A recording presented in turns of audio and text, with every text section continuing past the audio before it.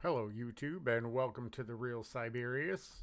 This is my first ever video and I wanted to do a video about something that I came up with a little while ago. I had posted something similar on one of 93Z's live streams and people seemed to think it was funny.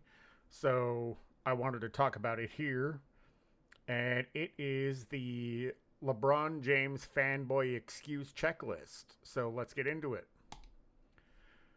Okay, the first thing that the fanboys will typically do when responding to a comment on a YouTube comment section or in real life, if you insult or critique LeBron in any fashion, is call you a hater. It's their go-to response. If they don't have anything to contradict what you said, or if they don't have an opinion of their own or anything intelligent to say, they just resort to calling you a hater.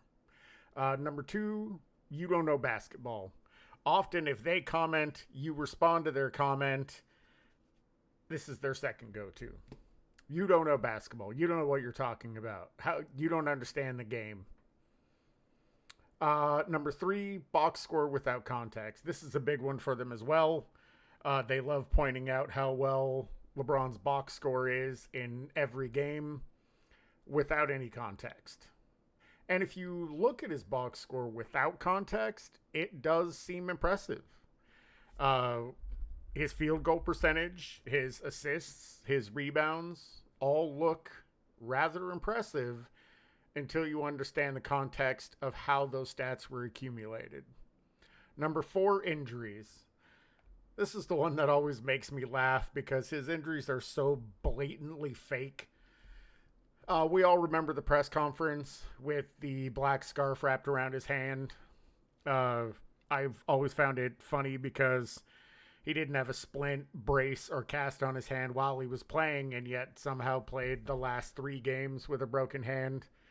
And then immediately after the game was seen shaking hands and dabbing it up with, I don't know if it was his friends, family, or fans. Number 5, no help. We constantly hear this one all the time. And tearing down players, former teammates, throwing them under the bus. Chris Bosh was one that recently got thrown under the bus. He's referred to his teammates as minimums, and recently on the Mind the Game podcast referred to or blamed his role players for multiple playoff losses. Number 6, longevity. This is probably one of the biggest go-tos for fanboys. They love to talk about 50,000 points and how can he be a terrible player if he has the most points in NBA history. According to LeBron, it's now 50 billion points, which is just laughable.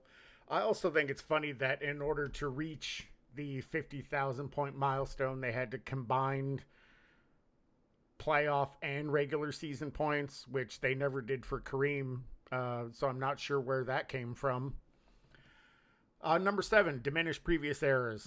They love this. According to LeBron, Giannis could score 250 points in the 70s, which is just laughable. Not even because Giannis is a bad player, but because they played actual defense in the 70s. Hand checking and the 3-second rule give players an enormous advantage.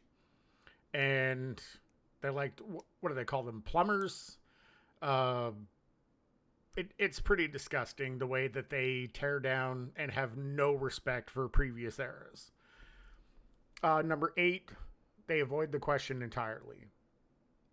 I'm sure all of you have seen this. If you ask them a direct question like, what specifically do you like about LeBron's game and how would you describe his bag?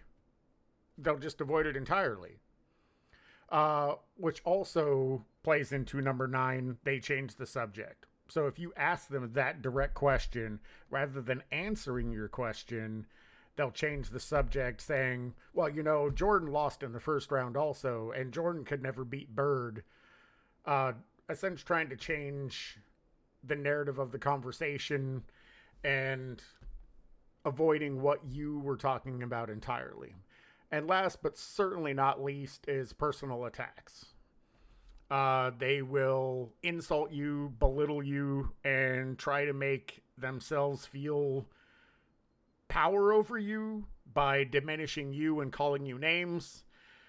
It's pretty laughable and quite frankly pretty disgusting. Anyway, that's the end of the checklist.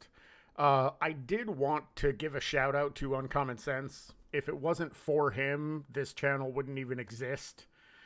He has really inspired me with his content, with his takes, with his perspectives, and with his humor. And so I just wanted to say thank you to him. I also wanted to give a shout out to a lot of the other content creators that have influenced me to do this.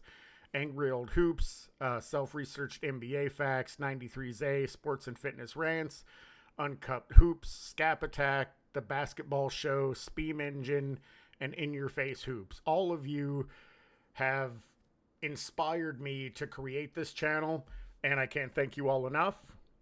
If you enjoyed this content, please like and subscribe. I would truly appreciate it, and I'll see you in the next one. Thank you.